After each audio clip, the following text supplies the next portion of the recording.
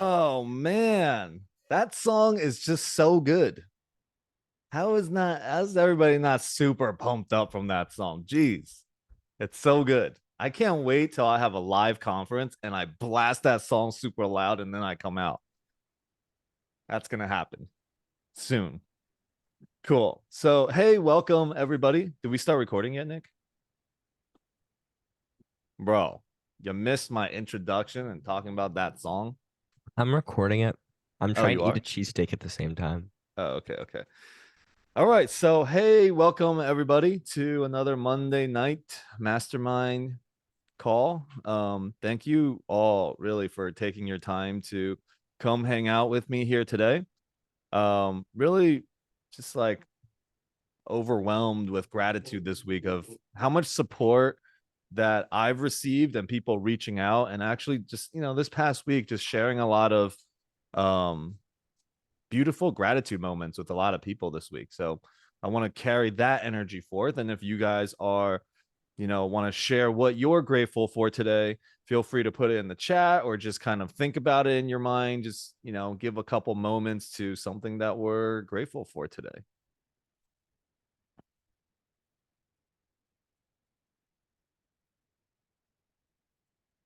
Grateful for you all. Okay. So there's some new names that I don't recognize here, which is awesome. This call has been going on for like I don't know, a year and change now, Nick, a year and a half. We've been consistently doing this call on Monday nights, and it's been so much fun. These calls give me so much energy, and I don't know what it is, but it's just like my ability to be able to share everything that I've learned. Earlier, my videographer is here today, and he's here today, tomorrow, and Wednesday, and we've just been, when we're not together, we kind of like write scripts and ideas and things together. So you guys are going to see like my whole social media is actually going to take a little bit of a change. Nick, myself, JJ, Jose, we're all kind of brainstorming on something new. So um yeah, he was like, dude, what are all these? And I'm not going to turn my camera right now, but I have a ridiculous amount of lanyards of conferences that I've been to. Like ridiculous. There's so many. And and he's like, dude, you should make a video about these. I'm like, you know what? I should take these things, put it in my hand, and be like, this is like $200,000 worth of conferences. And if I can give all of this to you, how much time could that shorten for you? Right? Like at least I'm absorbing all of those informations. I'm putting it into practice and being able to give it to you guys. Um, that's just like what I want to do. And why do I want to do that? Like, it's not just because, oh, I'm bored and I got nothing else to do. It's because if I can level up everybody around me to the same place that I am, then I got more peers and more people to play with, more people to be like my power posse, right? It's not even like I just want to teach it so that I can be like a mentor or a guru or something. I literally just want more people to be with me on this journey. The more that if there was 20 of me, no doubt it would be astronomical the things that could be, accomplished. That's just kind of my because I know how hard I work. I know how hard my commitments are when I go into something. And actually, maybe not 20 of me. We need some people to kind of control that because I jump into the deep end for everything. So if there was 20 of me jumping the deep end, somebody's got. I need a couple Andreas on my team, like of me, right? A couple Nicks. So this is the whole this call is really designed to be in service to you guys and really in service to me, that I can make more of more power posses, more friends, that I can do deals with and create businesses with, all of that. So yeah, that's you're my power posse, Allie. So this is why I, really do these calls because, if one of my mottos and that I kind of really live by is that if you want to keep something, you have to share it. That's really, and it's not on like a on the material thing, because kind of it, maybe it is, but spiritually and mentally, I think if you want to really keep something and retain something for yourself, you got to share with more people, because everything's an idea, and the law of ideas or expansion is that when something is shared, it grows. So keeping anything to myself means that I'm actually going to diminish it and make it smaller. So growing it, right? I want to grow everything. I want to grow all the ideas, business opportunities, real estate opportunities, spiritual practices, all of that stuff. Like whole life, your whole entire wheel of life. We want to be able to, deepen your connection and relationship to all of it. It's not just a financial part, because what often happens is when we put all of our energy into one place, we let other things slip, right? Like our relationship at home is going to slip because we're like, I'm so gung-ho about real estate and I forgot about my partner, right? Or you forget to go to the gym. That's the first thing. There's so many people that got into this game, and became so busy that they don't go to the gym anymore. It's like, can we create like a harmonious relationship for all different areas of our life, that we get to do recreation, we get to do, our spiritual practices, we have our relationships at home, relationship with friends, our relationship to money, to health, all of it being, moving outwards. And so you'll see that when I do my videos and everything that I do throughout the week, it addresses all different parts of those. And sometimes people are like, you need to get real focused and only talk about real estate. I'm like, nah, I'm not doing it. I'm not buying that.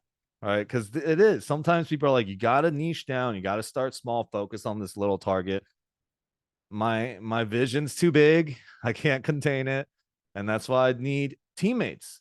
And every one of you guys have such amazing gifts and talents that maybe it's not shared enough yet, right? Or maybe you don't even know what it is. What's my contribution to a team? What's my contribution to a deal? And so being able to be in these spaces, oh, I think I just removed somebody from this. Oops. Oh my God, I just did it again. Nick, can you help me let people in? Because I got you. I speaking got you. and hitting admit really is a hard thing to do. See, where was I? Anyways, these calls really designed to teach financial strategies, money management, investments, and lately, and probably more so the last year, has been really focused on multifamily investing and how to create passive income for, as a legacy for us. And I was talking to somebody today, and I was sharing with these young guys. Oh, he's here. That passive income is not like a thing; it's actually a mindset, right? Because it really is a mindset. When you are actively spending your time to trade for money, you will take that money and you will spend it, you will live like it, and you have a different relationship to your work money. Like if you trade your time for it, it goes to expenses, it goes to bills, it sits in your bank account. It goes to when you're feeling down, you go and spend a whole bunch of money on buying some random stuff that you probably don't need, but gives you some temporary satisfaction. Right? We all have those. But passive income is like you put money somewhere, you let money grow, and I don't do anything to somebody else is working it. My money's making, doubling, having babies itself. Like I don't have to be involved. So you have a different relationship to passive income. So one of the first things that I actually teach teens and teach everyone is like, don't work for money. Work for relationships, work for assets, work for equity in things, businesses, real estate. When you work for money, like you can do anything for money all the time. So passive income is a mindset. Like this is why a lot of people can't wrap their heads around it. When I first started to do multifamily and got introduced to it, I was like, why would I invest money with you, Grant Cardone, for 4, 5, 6% cash returns on my money when I can go and do Airbnb myself and make 10 times that, 20 times that. Right. But as time went on, I realized, okay, Airbnb, every time somebody calls me, every time there's a problem, I started to realize that, yeah, I don't really want to deal with that. And the money that comes in, I'm pretty undisciplined. I'm pretty disciplined with my money, but I'm pretty undisciplined with Airbnb money. Because it's like not really passive income. It's not just being produced. Like it's not me investing in the deal and it's coming in my bank account. Like when it comes to my bank account, my money, okay, it goes directly into one account and then immediately splits off. Maybe it's not me. It might not be automatic. My wife might do this once every 2 weeks or once a month whenever money comes in. But there's a book called Profit First, and we follow that motto. That book has really changed like my relationship to my income. The money comes in immediately. Some goes to the expenses, some goes to investment bucket, some goes to charity, and some goes to just reserves. And literally, we have bank accounts like all with Bank of America, which she really hates, but I've had them for so long. I like them. And so we put it all there and all the accounts right there. And I have a different relationship to when money comes in. When $10,000 comes in, I'm not like, ooh, I got $10,000 to spend. And I'm not thinking forward like, oh, I can spend this money now because I got 10K coming in. That's the relationship. That's the relationship that most people have with money is I got a paycheck coming in. Okay, my money's coming in. I just closed the deal. Money's coming in, $3,000. I got a credit card. I can go buy stuff now and I'll pay it off later with my card. Right. So that's kind of the relationship that, and probably most of us have fallen into it. There were points that I was like, oh man, I don't really know what to do right now. I don't have the money here. And let me just kind of spend on my credit card. I'll figure it out later. Right. But what if we can figure it out now and have a relationship to money that doesn't have us go back into that cycle? Right. So that's kind of what I always strive to teach. And when we talk about multifamily and real estate, there is no other game to play. And when I talk about multifamily, I'm talking about storage deals. I'm talking about offices, maybe not as much offices, but multifamily, anything that has multi units, RV parks, RV parking lots, all of that. And on this call today, we're going to talk a little bit about the difference between the two different ways that you can get into the deal, and then also two different types of deals and the investors that come in there. And then also, if we have some time, like what the journey of your money looks like when it's in there. I think that's really important, right? So what the journey looks like with your money, how you should be structuring yourself with the taxes, with IRS, all that. It might be a really long call that probably not have time to go through all that, because I do want to leave the last 15 minutes or so for you guys to network with each other. Okay. You get to know somebody. And I was just sharing with the teams, I'm like, literally, your answer or your like potentiality can happen on this call. That there is somebody on this call that could be your answer to something. Right. And you may not even know what your question is yet, and which is okay. But yeah, so let's just dive into it, because that is a lot of information. But I do want to give anybody an opportunity right now to just unmute yourself or whatever. If you want to share something, share some wins, share some challenges, because maybe that's not the direction the call should go. Maybe it should go in another direction where you guys have challenges somewhere else. So I'm open to having that happen right now. So who wants to, if anybody wants to share anything? I got something for Hey. Hey, how's it going? Good, man. You look good. Thank you. No, just real quick. I missed first like 15 minutes. So anyone who's new, if this is your first call, you're already on your first step. Now you just gotta follow through. Mic drop. That's it. That's it. That's it. You showed up. Now you just got to follow through. It's the formula isn't that complicated. It's the getting myself to showing up, right? Like people have all those challenges and all sorts of excuses for showing up. Follow up, from the showing up to the follow up, there's a whole bunch of things that gets in the way too. Oh my God, what are they going to think about me? Or, am I being annoying? Am I bothering this person? I mean, all sorts of shit come up. We just make up all sorts of stuff. Yeah. Great. That's an awesome formula. Show up, follow up. All right, great, cool. Can you explain more about you and what you do, Alex? All right, okay. So this is your first time. I don't know who you are. Okay, there's your name. So, hey, welcome. Good to see you. Now I can put a face with a name. So I do mostly right now multifamily real estate. You know, we syndicate a lot of deals. We put money together, help people become passive. But my passion is in teaching. And so, like coaching, mentoring, teaching, that's like my passion that I can do all day. Real estate's just like a vehicle that I can help people do it and give myself a little credibility and track record.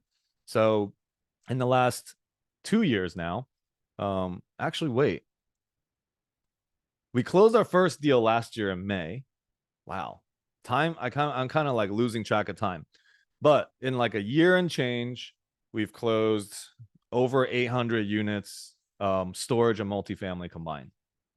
Right. So I raised personally about 10 million, maybe a little more than $10 million now for our deals. So I love to talk about capital raising because it's really like enrollment, and enrollment is like life. You can learn more about yourself through capital raising and enrollment than anything else. You will face all sorts of stuff. Every limitation that you possibly have, you will face, right? You get to face all those things. And the rewards are amazing because it's not about enrolling something to do something. It's not about raising capital. Can you be enrolling? Like the way you are, the way you carry yourself, the way you relate to people, how you speak, everything. Can you just be overall enrolling?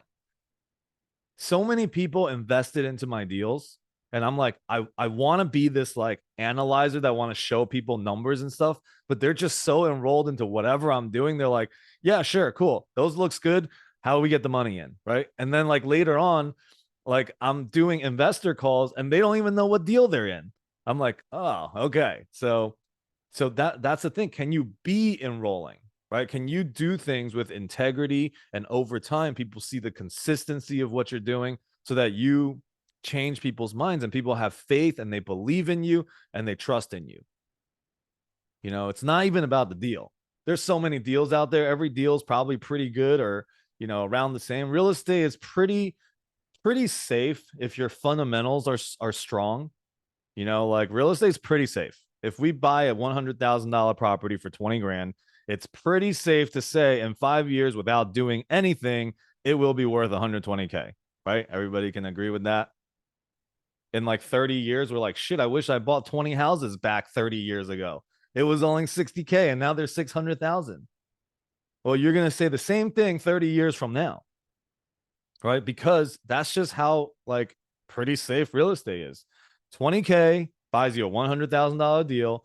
5 years later, it's worth 120. You've doubled your money in 5 years. If you can double your money every 5 years for 40 years and you start with 100,000, your mindset, remember, it's passive income. You put that in there in 40 years, $26.5 million. Is there other types of vehicles that can do that? Like pretty safely to confidently to say, real estate, not even being aggressive at all, increases 4% a year, just appreciation, right? And I'm not talking about the tax advantages. I'm not talking about cash flow. I'm not talking about any of that right now. Just the fact that appreciation just happens 4% average a year. In 5 years, 20%. 20% is your down payment on the property. That means you've doubled your money. All right. Now we can do things, of course, to speed up that process, based on the way you operate the deal. You can, increase the cash flow in the meantime in those years. So operations matter, how well you understand your market, all of those things matter, but it takes time. It takes time for you to see it. I got into real estate. My first deal happened, and I can say that I'm lucky, but I was preparing myself. Going through Robert Kiyosaki's real estate program and learning everything I can. And I just so happened to be like land right after the 07, 08 crash. And in 2010, bought a property in Newark, New Jersey. But was that lucky though? Because I was working on getting it for years before that. Or I was preparing myself. I was learning. The fact that I could even put myself in that position, right? If you want to have like shit fall on you, you got to put yourself in a position where shit would fall on you in the first place. Shit, maybe not shit, but you know, opportunities, real estate deals, whatever. Right. So, okay. Wait, how did I get here? I was talking about, you were asking me about myself.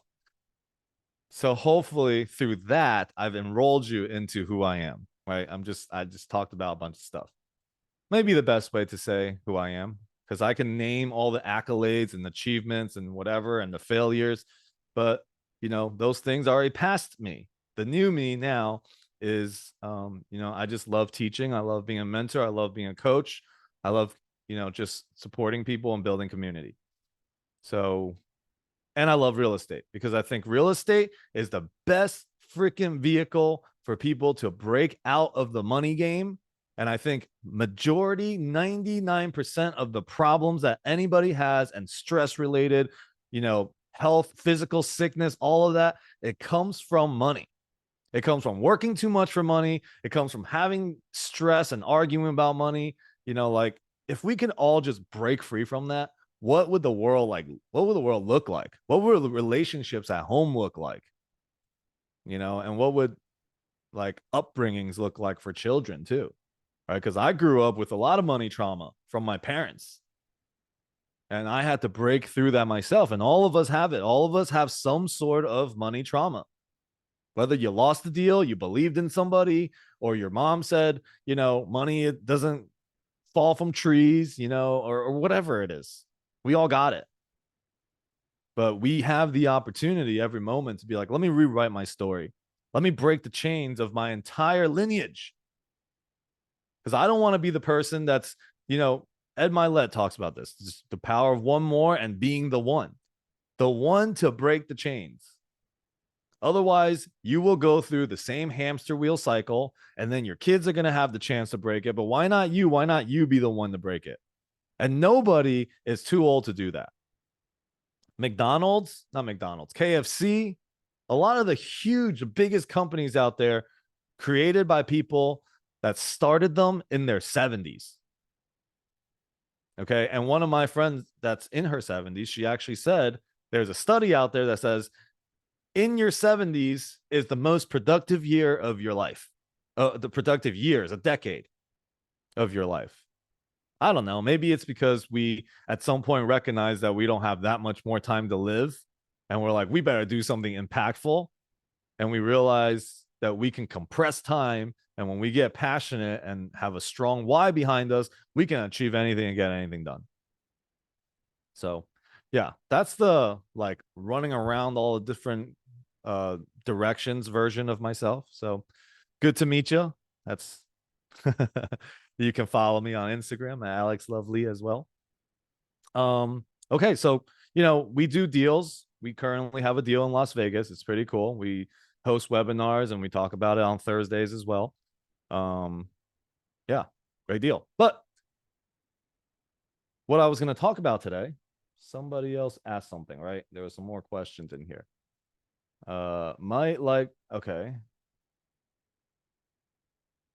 All right, we'll talk about that. Let's set up a time for that call. Okay, it was a private message. I don't want to read it out loud. I don't really read messages. I would prefer you guys unmute yourself and share. Okay, cool. We can talk about that as well. Yeah, Nick, can you put the Thursday registration link in there? Yep. And hi. Good to see you here, Coinda.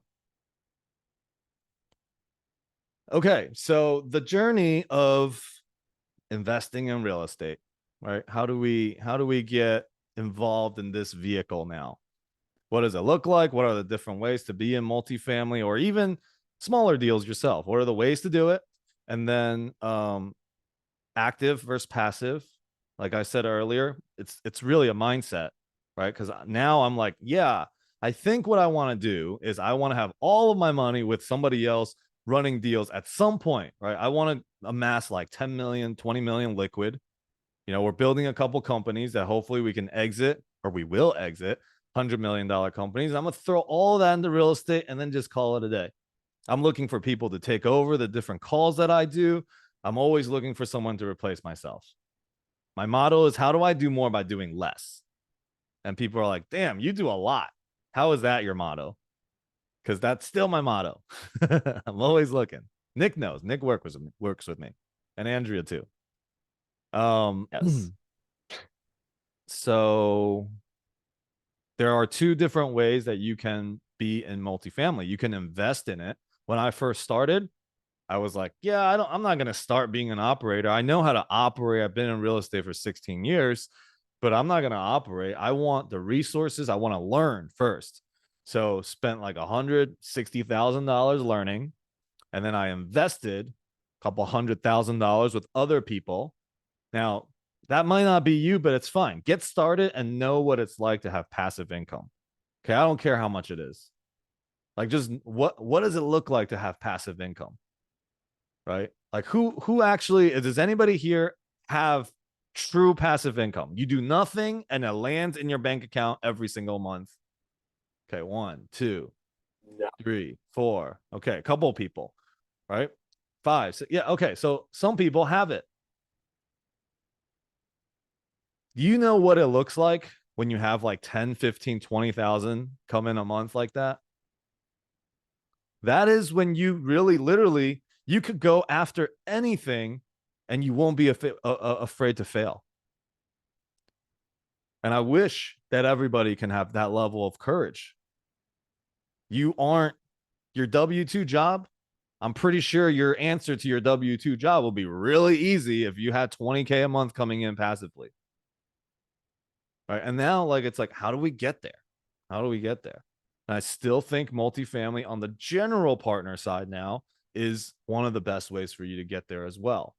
And it's gonna give you the most opportunities to learn, network with a whole lot of people so that your knowledge, see, like, our income does not far exceed our own personal development, our own level of thinking and beliefs about things. At one point, it was big for me to raise $50,000. I thought that was big. I was afraid. And that was the first raise that I did. 50K. Tripled this person's money. He's in like 4 other deals with me now. And then it was like, all right, let me go for like 120K. Right. I really like this deal. I think we can make this happen. 120K, 170K, 700K, 1 million, 5 million, 10 million. And now I'm like, I think I'm not there yet, but I'm like, I think we can do like a $100 million deal. How do I structure it? So I bring a certain amount of money in. Like, when you can play at that level, see, everything that you're doing on the general partner side is to scale up your thinking so that you can actually do these things. Because as you think, as you believe it, you will start to call in the people that can help you do that. So there are some big players. Sometimes I'm like, I don't even think I need to raise money from private investors anymore. Because there is a lot of money out there that's looking for a home, and it doesn't really belong. It's not really the individuals here. Most individuals you got to like really work with to raise some capital. You might cry sometimes because it's so hard, because so many people say no to you. All of that stuff happens, and it's part of this beautiful journey and this learning that happens. But when you are raising capital, or if you're looking to place money in a deal, you want to know the journey of the money. Like, what's it going to look like? Right? Because if you can tell a story and make it like, when people can see it, they'll be like, okay, I believe in it. Right? First, you have to believe in the operator, and you got to believe in the money itself, that it can, double in that 5 years. And then also, like, knowing the numbers yourself, right? Like, what's the business plan? Is it going to work? Right? And then, so it's the relationship side. Capital raising is really your relationship side.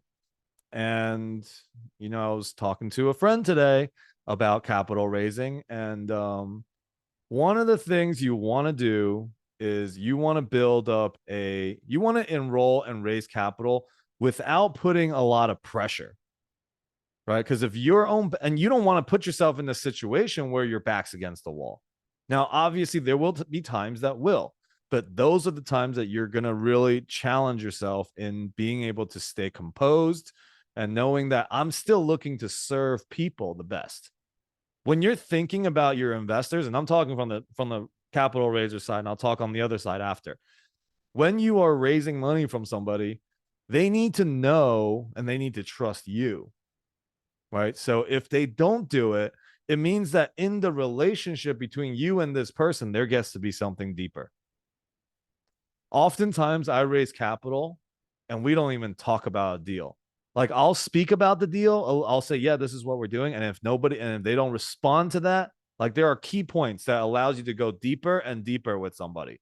You are always looking to go deeper with them. And based on invitation of language, right? Invitation and words that you use very deliberately. You talk about your deal real quick and then you go over it. You don't need to bring it up if they don't ask about it. Then like how are things? Like what's your struggles? What's your challenges? Things like that you know from a place that you really care about that, right? So you got to find it in yourself to be genuine and really care about the outcome of this person. And this is why I believe that your first move when you want to be a general partner is to invest money in someone else's deal first. You need to know what it's like. Okay. You want to know what it's like to invest money and have somebody else be in charge of it, to write a big check over and then watch the journey of that check because you'll have emotions around it throughout the time. You'll know something's going on in the market, right? And the distribution stops. You have emotions that will come up around it. You will have thoughts that comes up around it. You need to know that because when you are operating on the other side, you want to be as compassionate, you want to be as communicative as you can. And the message is always, listen, I'm doing the best that I can, and you can trust me because these are the things that are being put into place. Right. And so as a capital raiser, you got to have all of that knowing in the background before you're raising capital with somebody. Now, I'm also guilty of this, is which having people raise capital without proper training, without proper, thoughts about them. Just like, yeah, if you want to bring whatever amount of money you can, and we'll figure something out here. Right. And with more structure, it will look like this is what the deal looks like. When we set up a call, make sure it's a 3-way call with me. You shouldn't be talking about the deal for the first 3 or 4 calls. You want to know what the call looks like, right? Build the confidence. I'm all for people using and leveraging me to build your confidence, to get yourself ahead. Like I'm totally cool with that, and so if anybody has challenges and stuff like that, reach out to me. Has obstacles, and I don't know where everybody's at in real estate and on this call, but that's on the general partner side. Now, as an investor, right, you want to know the journey of your money. So when you first put your money in, like, what am I doing? What you'll do is you will see either the deal is a 506B, 506C, or it's a joint venture. Okay, those are the 3 different really types of partnerships that you can get into. And and I'll talk about that in a second, what the difference of those things are. But you want to know that once your money goes in there, what do I have to do? What paperwork am I looking for? You're looking for an operating agreement. You're looking for a subscription agreement, okay, which should be a short page of what the deal looks like and what your money's going into. It's basically just saying your money is going into this deal and nothing else. Boom. Okay, cool. There's going to be a private placement memorandum, which is because you're a private company doing securities exchange, basically, you got to disclose, what's the deal look like? What's the business plan? Who's the operator? Who are you? And what's your projections? All of that stuff should be in there, right? And some other long lawyer jargon words that probably is needed in there, but sometimes they're like 90 pages. I'm guilty that I have built relationships really well that my attorneys kind of write it and I trust them. And I just make sure that the returns look good and those things. I look at that main section. I don't really read the other 70 pages or 80 pages. Now, somebody's reading it for sure. Okay. There's people on my team that will read it, and that's their strong suit. My strong suit is just talking. Talking is my strong suit, and that's what I'm going to lean into. And this is the other thing for just real quick, back to the GPs. Be whatever you're good at and whatever you like doing, lean into that. Outsource everything else. Find the partners for everything else. Okay. Just do what you're really good at. And operating deals, finding deals. Those are and underwriting and being creative. Those actually are my strong suits. I'm extremely creative.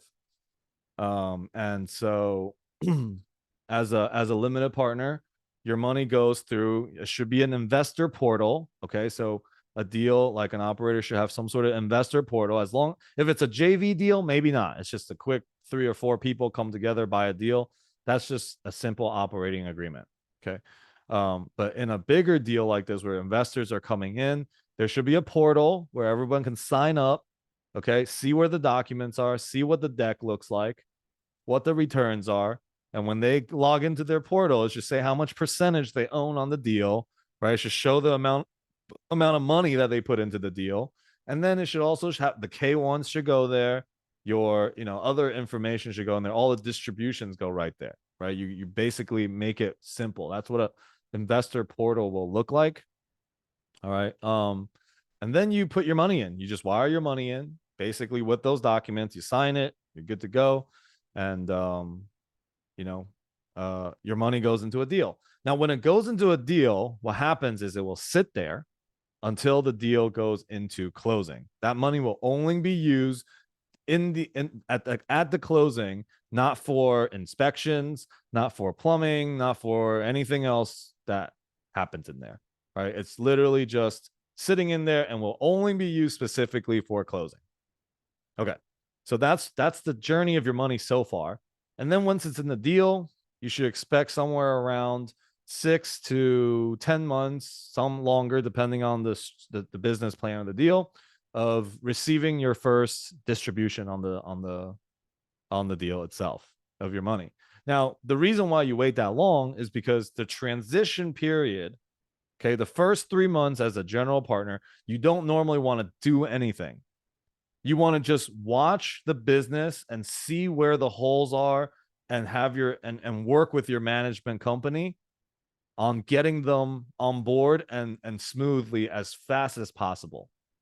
Any miscommunications, those are the times to fix it, right? And you look at your business plan. Does it fit right here? What needs to change? Because once you take a deal into your hands, those first 3 months, for somebody that is new, when you buy your first house, you're like, the whole process was like, exciting. And finally your money's there. You overcome so much fear and skepticism, and money is like, okay, wait, is the title money going to steal my money? No, they're not going to steal your money, but you got all your money sitting in there. You're like, oh my God, escrow. I don't know. Finally, you get a house, you get your deal. And then you're like, oh shit, I actually have a deal now. Now I got things I got to do. I got to rent it out. I got to pay bills. What do I do? Right. So much stuff. First 3 months, basically as general partner, you want to just have a smooth transition. Next 3 months, start to implement your business strategy. Okay. And get it to a point that is stabilized. It's running stable. And then you begin to pay out distributions to your investors. And hopefully your projections are on par with what the business is doing. Right now, real estate, multifamily is a business. You're going to need to run this thing. Somebody's got to run it. Management company will run it, but you got to manage those management companies. All right. So we talk to our management companies every single week, and we go through all the KPIs. We go through how many move-ins, how many move-outs, where did the lead come from? Why are they leaving? There's a standard operating procedure that happens. Okay. When you get a review for us, the management company, whoever's at the front, gets $20. All right. So there's all sorts of things like that is in place. We're not going to talk about operations, but your money, now it's in there. What you should expect is first year, you should be getting, I don't know who wouldn't do this, but every operator should be doing a cost segregation, which is a depreciation sped up to the first 5 years. Okay. Usually they'll let you depreciate the whole building in 27 to 35 years evenly. So you can take that loss on your IRS reports. Not that the property is depreciating, but on paper it is depreciating. So your money, let's say the $100,000 goes into the deal. First year, you should get somewhere between $50,000 to $60,000 or $65,000 of depreciation of losses on your tax returns. Now, somebody called me freaking out. They were like, "Oh my God, what's happening with our deal? Like it says negative 65,000 on my tax returns." And, I had to educate them on this process. I'm like, now you can use this loss to offset the money that we paid you for the distribution. So you pay no taxes on it. She's like, "Oh my God, that's awesome." And she's like, "But this is so much." I'm like, well, it carries over onto next year and the year after and all of that until you've used it all for your passive returns. Okay. So when you're not a real estate professional, which most people probably investing or that you're going to invest money or raising money from are not going to be real estate professionals, especially in 506B deals. Talk about that in a second. And they can offset just passive income. When you become a real estate professional, it offsets any income that you possibly have. Okay. So every year you get a little more deduction, a little more deduction. 5th year down the road, it's time to sell. 6th year, 7th year, whatever. It's time to sell. You get this big capital gains. You can take, if you have leftover depreciation, even though it's passive, you can write that against your capital gains on the deal. Okay. You can't, if you're a real estate professional, you can take all the gains, put it into another deal, and then offset the capital gains here. So we like investing with us or investing in general, you should know this path that you're on with your money, what to do so you don't have to pay taxes, right? So you don't pay taxes. You basically kind of like really offsetting it using depreciation and kicking it down the road as far as you can. Now, why do we want to do that? Because somebody, I was having a conversation with a financial advisor yesterday, a friend of mine.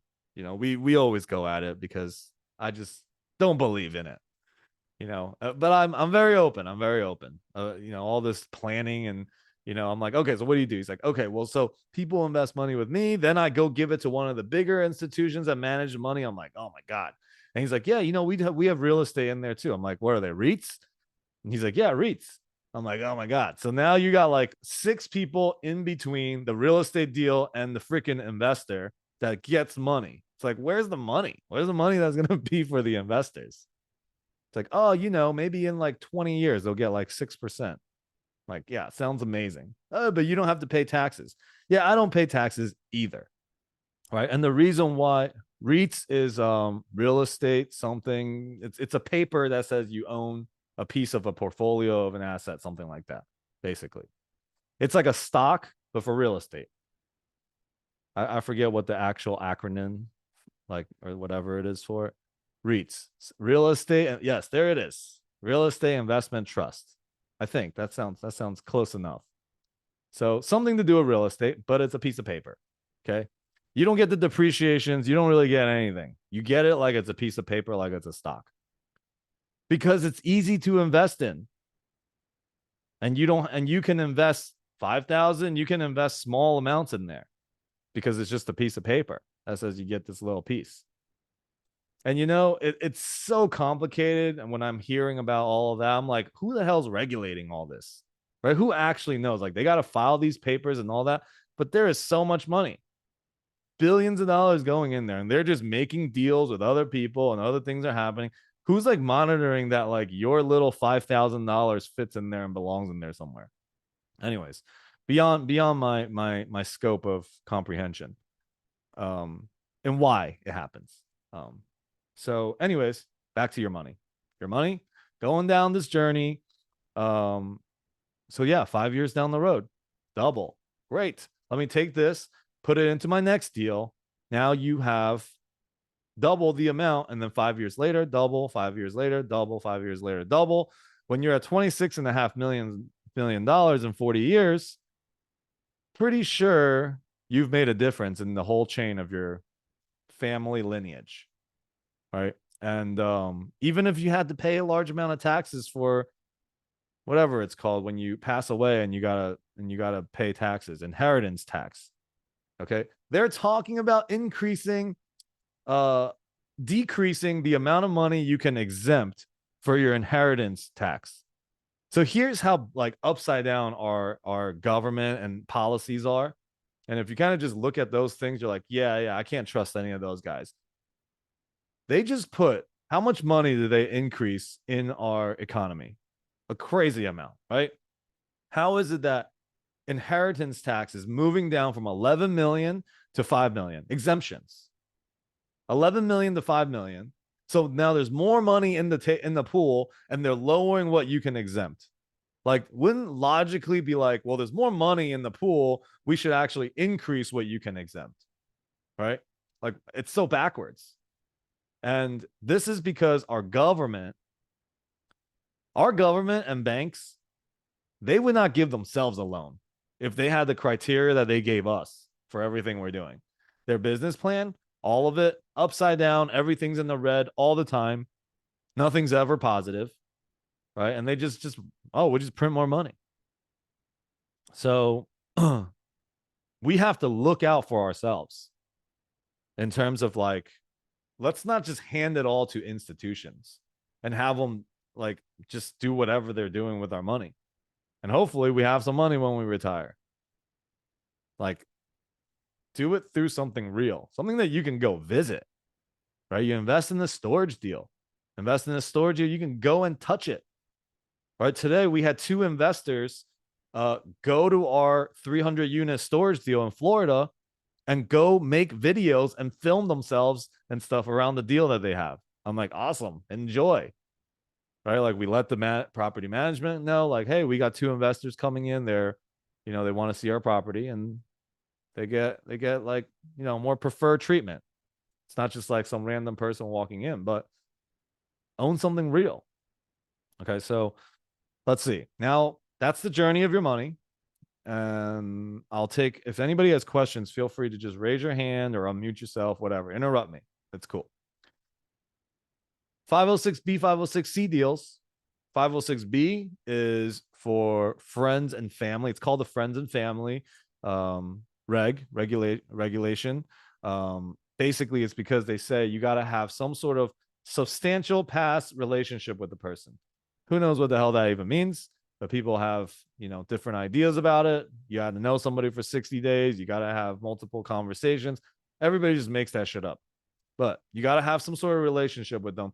You can't just blast it on Facebook and go to some place and just announce it to everyone or get a billboard and put your deal on there. Can't do any of that. Now, why? I don't really know. I don't really know. I think I don't understand why they made these rules. Okay. I don't want to go into my conspiracy about division of wealth, but 506C. So those are non-accredited investors. That means you make less than $200,000 a year and you have less than $1 million worth of net worth, investment net worth. Okay. So, all right. So people like that don't get as good of deals. 506C is for accredited investors only. That means if you don't meet the accreditation, you can't even invest into the deal. Most of the best deals out there is in the 506C. The most experienced operators do their deals in 506C because they're raising large amounts of capital. They don't want to be asking friends and family. They want to be able to create a Facebook ad if they want to. They want to go to a conference and pitch the deal to 2,000 people. So 506C. Now, if you're not accredited, now you also don't have that opportunity. So accredited means you have 200,000 a year in income for the last accredited. Someone please help me with the typing. So accredited means you have, I can see how it's kind of like a weird word that you wouldn't know how to spell if I said it. Accredited. It's like I did it. Sorry. Anyways, 506C is 506C is accredited investors only. and you have to have $200,000 a year for the last 2 years of income, or as a family, 300,000, not as a family, as a couple or spouse, whatever. 300,000, and you have to have $1 million in net worth, not including your own house. So they, add another thing to it, because people are like, oh yeah, I'm accredited, I got a house worth $1 million. No, not including your house. So you actually got to be an investor. Now, they say that they're doing it to protect people from getting scammed. Yes, there are a lot of scams out there, whether you're accredited or not accredited. And it's funny, they're protecting investors, but protecting people, right? And who are the people that mostly get scammed? Is the people that are non-accredited. Accredited investors are really not getting scammed, because they get access to different types of deals. They surround themselves with different people. It's like, I'm like, what's the division here? Why do that? So anyways, that's the two different accreditations, and for your syndication deals. Whew, I just did a lot of talking. Anybody want to join me and share anything? Hey, real quick, how can people connect with you? Yeah, so the best and the easiest way is definitely just through my Instagram, just Alex Lovely. If not, right now I'm not having, my calendar isn't just open to the public, because we are in the middle of raising capital for a deal. So my calendar remains open really just for investors. So yeah, message me directly on Instagram. I'm, myself, I check it very often. So that's me. Oh, my link tree. Yes, on my Instagram. Oh, come on to these calls. Yeah, I do 7 calls a week. Not all of them are public, but I think you do more than that. okay, fine. Yes, I do multiple calls on Saturdays, and okay, Yeah. right. Oh, we are creating this super dope community. So make sure you're here next Monday as we reveal it and share with everybody what this platform's going to look like. People have always said that I'm a bridge builder, that I bring communities together and I bring tribes together.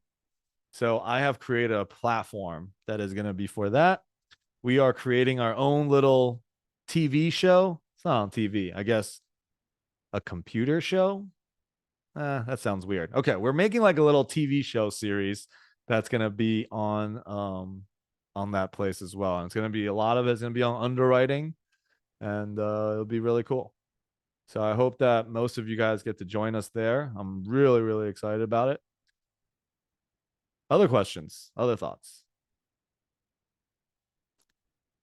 Thursdays, I do a specifically underwriting call that is geared towards everything from where you are to closing the deal. We don't do anything after the closing, but leading up to it, like, I want to teach everybody to be able to evaluate good deals.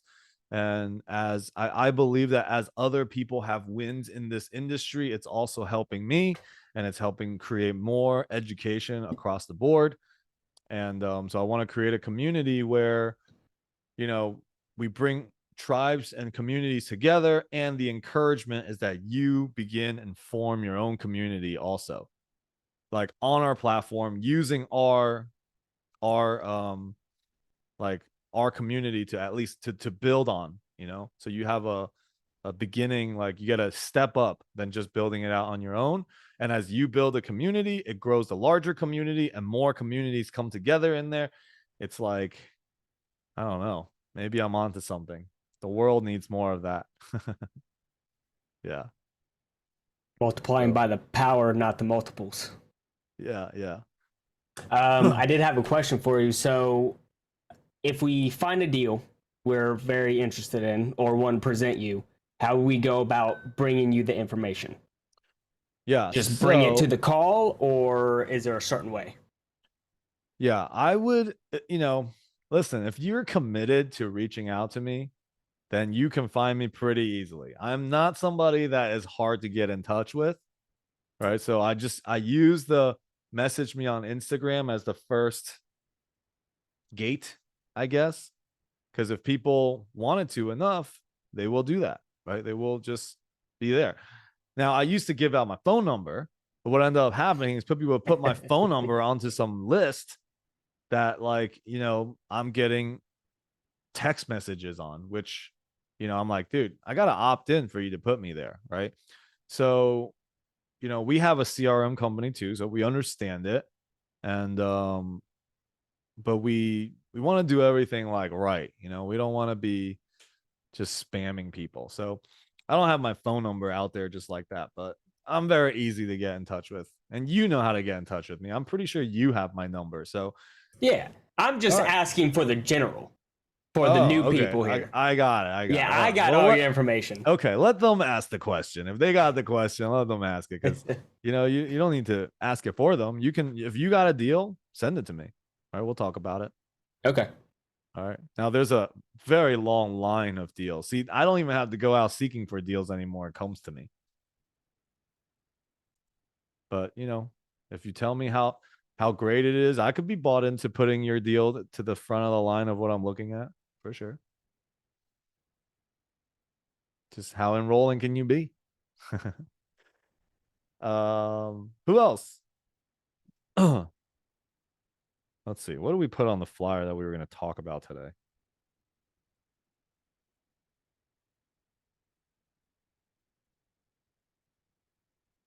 All right. Anybody else want to share anything?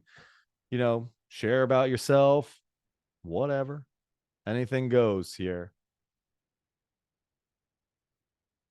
At some point, we will break out into networking rooms. I hope that you guys do take advantage of it, because I've heard great things and great relationships being built from there. And I always think that being on these calls is never an accident. There's never an accident why we are where we are, why we end up in certain rooms. That we took the time, like this conversation. I don't say the same thing every single week.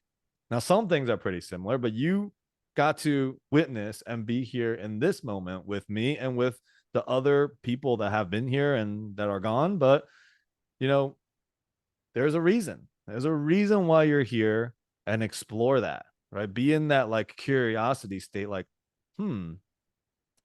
Allie, who's Allie? Right? Ben, who's Ben? He's got the New York Stock Exchange behind him. All right, go ahead, bro. Hi, everybody. I'm Benjamin. I'm from Mexico City. Oh, So yeah. I met Alex in the real estate summit with Grant Cardone. So I will be in Miami next August. So if anyone is over there, or if anyone live there, please let me know. I would love to join, to get together. Awesome. So this is a great, thank you for asking it in that way too. Capital raising and enrollment, a lot of people do it in that way too. And I'm not saying this is bad. Okay. I promise you, this is not something that's bad, but a lot of people just like leave things kind of open-ended, like how do you follow up with anybody here? Right? You have to get intentional and be like, okay, when I get into the room, where are you from? Like anybody, right? Anybody, where are you from? And then keep in touch with that, because I promise you, they know somebody that's in Miami. Anybody in this room, probably you can network with this person and you can find somebody in Miami. Right. But like, you got to be intentional with what you're creating. It's not just like, let me throw this on the wall and hopefully something happens. Like, yes, we do that, but we also take it into our own hands. Like, I'm committed to meeting up with 5 different people. How am I going to do that? Where's my network? Right. So on these calls, this is your opportunity. I think there are people on here that's from Miami, actually, or at least around Miami. Oh, there's one. Oh, yeah. Jake just moved to Miami from San Diego. So there you go. Yeah, like, use this to network with each other. So I always do like a quick breakout room, which is randomly split you guys into like a room of like 4 or 5 people, and then just share. Be like, hey, this is who I am. This is where I'm from. And this is what I do. And Yeah. And Liba's going to be in Miami at the end of this month. Awesome. See, you never know what these relationships will turn out to be. Like, where is it going to go? If we look back in our lives and just think about a random meeting of a person, and then we pull it out to the front end, like what it's led to, we could never even fathom the possibilities. So here you go. 32 people on this call. You have an opportunity for infinite possibilities here. Awesome. Cool. And then some of you guys might also be wondering, what is Legends? There's so many people on here with a Legends background. Like, what's Legends? So Legends is a group of amazing people that have come together. They believe in the vision of making an impact in the world and being the catalyst for change. And then we do multifamily deals and we learn it. And we get into deals together. And it's the mastermind that I founded, but everybody's a leader in there. And yeah, they are my first priority when it comes to getting people into deals. So yeah, amazing. And then people that are on these calls are my next priorities. So thank you all for being here. Stick around, Alex. Where am I going? Oh, thanks, Leva. Well, unfortunately, I do have to get off here. It is time to make some lunch. It's great seeing you all. All right, Yep. bro. I'm just Hey, kidding. hey. I'll see you next Monday, guys. All right. Take care, Nick. All right. So sounds about right. Every time I talk about the breakout room, the meetup room, it breaks out about 20% of the people says bye. They don't want to be meeting new people. My hair doesn't look good today. All right, fine. See you next week. All right. Any other questions? We got about another 5 minutes here to answer any questions, to calm any souls. Let me know if you have any burning questions, anything you need support with. Yeah, go ahead. Hey, Alex, it's Gabrielle. Hello. Hey, not so much of a question. I just wanted to seriously compliment you. I've been riding with you for like 2 years and you've just been nothing but amazing. And I just love your work ethic, how you still show up and how you still do the same great work, whether it's 2 people on the call, 100 people on the call, you still keep your energy the same. So I just totally admire you. Oh, thank you so much. I appreciate you, and I appreciate all your trust in me. And I always think like the first people that invested with me in deals, like I'm like eternally grateful for. And I know you've been a great support, and thank you for your trust. Definitely. And thank you for the compliment and Yeah, the acknowledgement. definitely. I really mean it too. Awesome. Appreciate that. All right. So what other questions? Where are you stuck? What's your challenge? Everybody's stuck somewhere. Use it. Use this moment. I'll Take ask a full question. advantage. Hey, Alex, Hey, Leva. what's up? What's up? Okay, so I brought the 30 unit Ogden deal to someone, and he was like, "Hey, it's way too small." And then he's like, he buys a lot on his own, but mostly near colleges, 2, 3, 400 unit buildings. And he said, I'm like, would you go in like then as an LP, not a GP? He's like, no, because like I've done deals with people that I didn't really know, and then things didn't work out. Then we had to sell, and it was too early. How do you get people like that? But he's always buying more. Like, and he doesn't buy in New York. He buys everywhere but New York. Yeah. Well, And he's I from New don't York. He's know from who's New York. buying in New York. Allie's not even buying in New York. Yeah, he's from New York. He's from Long Island, but he flies Yeah. all over. I mean, see, the whole game is about trust. I don't. That's why I don't expect people just be like, oh, I don't even know who this person is. Let's get into a deal, right? This is an opportunity for you to deepen your relationship with this guy, right? And then you can make introductions if you want. So you have an opportunity, leverage this conversation that you started to want to know more about what he's doing. I don't know. So I think you guys are both doing amazing things. and maybe there's a collaboration on another deal. Like maybe you need something when you're doing a 400 unit deal, and I can talk to Alex, and he's like, "Oh, Alex sounds interesting. Cool. Follow him on Instagram," and then boom. I don't know. Introduction. Pretty simple, but being a bridge and and making introductions is actually one of the, McGenna actually, I don't know if she coined this, but McGenna sometimes is on this call, and she is like, she's a master networker, but she never goes and talks about herself. She just goes, "Hey, do you know this person?" And it makes you feel great. Like I show up next to McGenna. She's like, "Hey, do you know this person?" And then it says to this person, "Hey, do you know Alex?" And then she's like brings the two people together. And being a master connector like that is actually one of the best ways you could be a networker. How do people go from like, if they have their own portfolios, do they join in with other portfolios? Yeah. I got my own portfolio and I want to find the right person that I can leave the entire thing to. I do. So you would rather join some, Oops. Sorry. I muted you by accident. Sorry. I would rather what? would you rather join in other portfolios as well? Like if it's a big, like, he's been doing this for like 30, 40 years. He loves me. Yeah, I don't know mean, why. I'm open. My goal is like this year to have like, I don't know, $1 million in someone else's deal. It's written on my paper. Really? Yeah. Because Okay, I I'll want to connect you guys. become passive. I want to get to a point where I have, okay. So remember I was just making the point of when you have $26.5 million, 40 years later, a 5% return cash flow on that, not return, but 5% cash returns a year on that is like $1.2 million a year. So like that's what's possible, but somebody else do it. I don't want to run a $26 million deal. Like Okay, I I'll don't want to connect you do to I don't him. want to put my money in there and then run it myself. I don't want to do that. Okay. I want somebody else to Okay. operate it. I want somebody else to take the calls.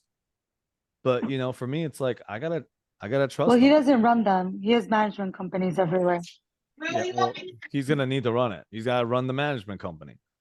Management Yeah. company has a big water leak. They're gonna call you and be like, "Hey, can we pay for this?" Like for us, we tell our management company everything that we do, make sure three estimates, and also make sure all of them have their W-9 filled out. Okay. And they all better be insured. Like it's not just like this is just it's doing the right things like that will save you headaches later.